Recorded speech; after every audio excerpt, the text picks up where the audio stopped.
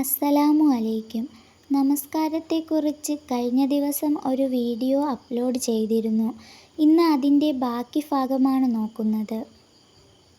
നമസ്കരിക്കാത്തവർക്കുള്ള ശിക്ഷയെക്കുറിച്ചാണ് ഇന്നത്തെ വീഡിയോ.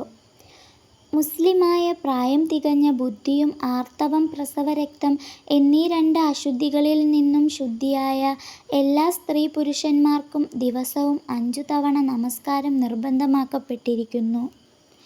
ബുദ്ധിസ്ഥിരതയില്ലാത്തവൻ, ബോധമില്ലാത്തവൻ, ബാലന്മാർ, അമുസ്ലിങ്ങൾ എന്നിവരോട് നമസ്കരിക്കാൻ കൽപ്പിക്കപ്പെട്ടിട്ടില്ല.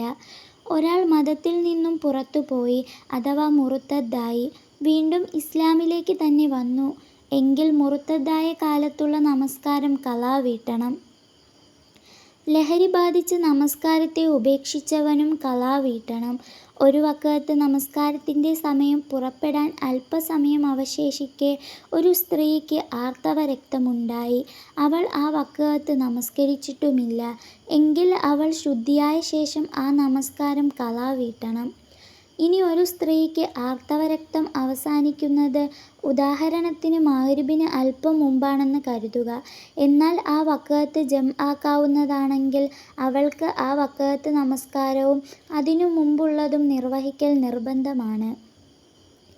അലസത നിമിത്തം നമസ്കരിക്കാത്തവനെ വധിക്കാനാണ് ഇസ്ലാമിക നിർദ്ദേശം.